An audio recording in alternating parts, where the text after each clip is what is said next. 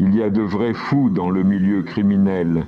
Il y a des types là-dedans qui n'avaient aucune limite et qui prenaient plaisir à la violence.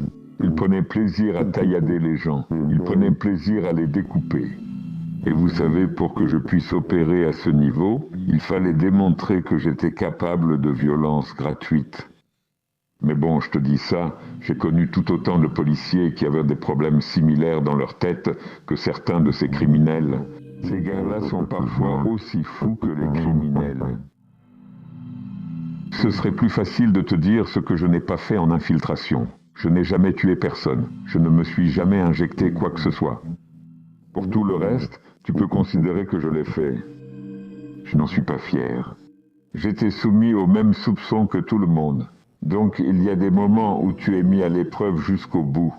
On m'a emmené dans un champ, je savais qu'il y avait des armes à feu, et j'ai subi beaucoup de pression pour avouer que j'étais policier. Mais je mentirais si je disais que je n'ai pas pensé que ça pouvait être la fin pour moi, là, sur ce moment. Tu ne peux même pas un instant te voir autrement que comme l'un des leurs.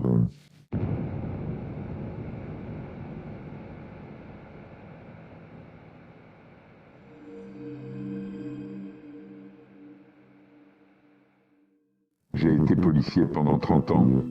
J'ai principalement travaillé dans l'enquête criminelle à travers le pays. Je me suis mis à faire de la surveillance. La plus longue période que j'ai passée sous couverture a été de 9 semaines.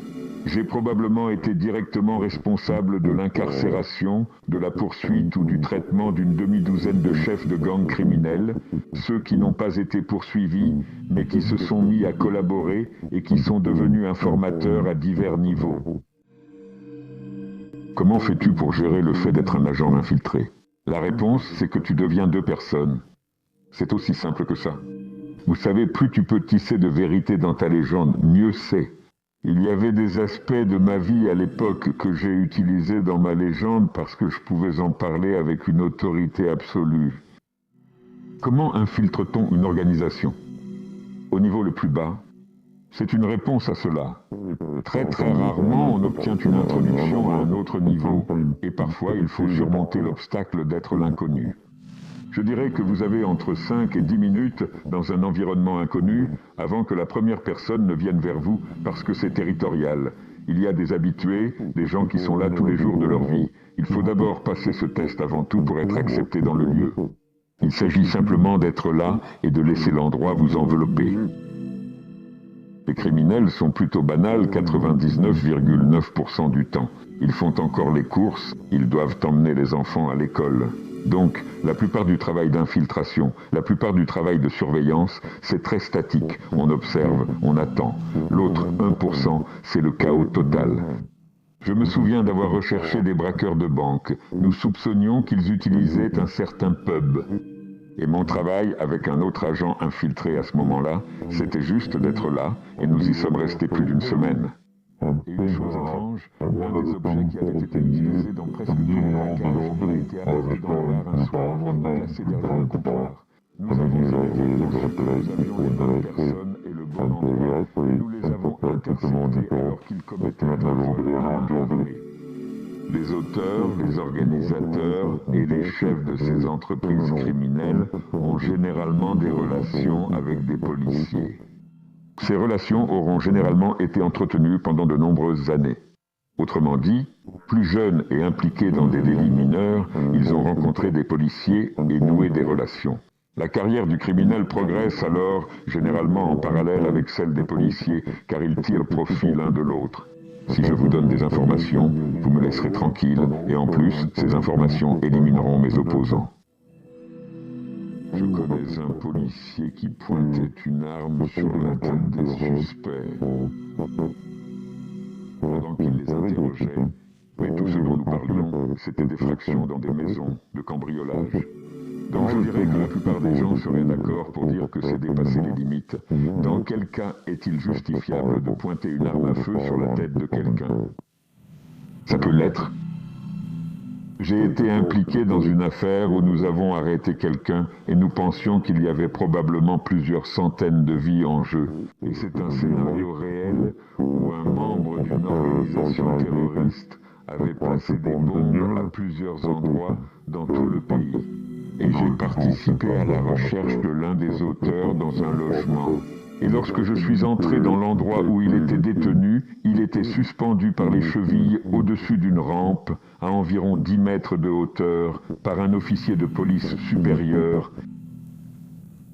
Et il nous a donné en quelques minutes les informations dont nous avions besoin. Ma question est de savoir si cela était justifié. Je pense que c'était 100% justifiable. Ma seule inquiétude était qu'il puisse me tomber sur la tête. La tentation de la corruption est une affaire personnelle qui dépend de vos circonstances personnelles. Ce dont nous parlons, ce sont des flics véreux. Et cela infiltre tous les départements de la police à travers le pays, de la délivrance des permis d'armes à feu à la délivrance des licences d'alcool jusqu'au maintien de l'ordre lors des matchs de football. L'industrie de la drogue est une industrie qui brasse des milliards de livres en liquide. Chaque partie du système devient vulnérable au pouvoir de l'argent liquide. Il y a l'histoire d'un policier pas très loin de Londres qui a été découvert après 12 ans de service qu'il avait été sur la liste de paie d'un gang du crime organisé pendant toute sa carrière. Il touchait un double salaire, un de la police et un du gang criminel qu'il avait encouragé à rejoindre la police. Ce qui me désole, c'est le manque de cran chez les policiers honnêtes. Si nous avons un policier malhonnête, nous pourrions le repérer rapidement et nous en débarrasser avant qu'il ne devienne un plus gros problème. Mais ce n'est pas le cas, parce que les 99 autres bons policiers ne prennent pas position. Et il n'est pas surprenant que les policiers se soutiennent entre eux. En fait, lorsque vous voyez des policiers dans la rue, ils comptent les uns sur les autres pour se soutenir. Leur vie dépend du fait de se soutenir mutuellement, mais ils le font aussi quand l'un d'eux dépasse les limites. Donc, vous m'avez posé une question sur l'interrogatoire, qui est un mot intéressant, parce qu'en tant que policier, vous appelleriez cela une audition. C'est maintenant fait à l'échelle nationale sous enregistrement audio.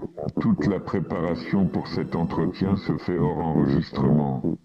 Donc, au moment où cela est enregistré, tout le monde connaît son rôle. Et le résultat, c'est que nous pouvons passer à l'enregistrement et agir comme convenu, pour que vous assumiez la responsabilité de certaines choses et en nier d'autres. Vous voyez ce que je veux dire.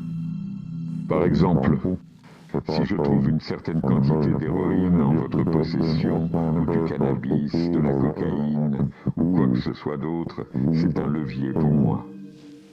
Seul toi et moi le savons. Et peut-être mon collègue que tu as été pris avec cette quantité de drogue. Tant qu'il n'y a que nous trois, on peut négocier. On peut faire disparaître cette drogue, elle peut finir dans les égouts, ou finir dans la poche arrière comme moyen de pression pour demain, lors de notre interrogatoire. Mais je ne regrette pas le crime auquel j'ai participé, je ne regrette même pas une partie de la violence que cela a impliquée. Parce que c'était des criminels avec qui nous avions affaire, c'était des criminels que nous faisions souffrir, c'était d'autres criminels qui en pâtissaient, et je n'avais absolument aucun regret à ce sujet. Ce que je regrette, ce sont ces relations, ce sont les personnes que j'ai déçues. Quand des relations se forment dans la vraie vie et qu'elles prennent fin, elles arrivent à une certaine conclusion. Ce n'était jamais le cas. J'ai disparu.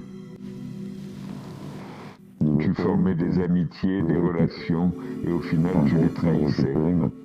Tout était construit sur la tromperie et le mensonge. Toutes les organisations criminelles sont paranoïaques à l'idée que certains de leurs membres parlent au service de renseignement ou à la police dans leur dos. Et c'est comme ça que ça doit être. Nous avons des ressources très limitées à ce niveau-là, donc nous ne pouvons pas surveiller tout le monde en permanence. Il y a des centaines, voire des milliers de criminels partout dans le pays qui pensent être suivis par la police 24 heures sur 24. J'adore l'idée qu'ils vivent avec ça.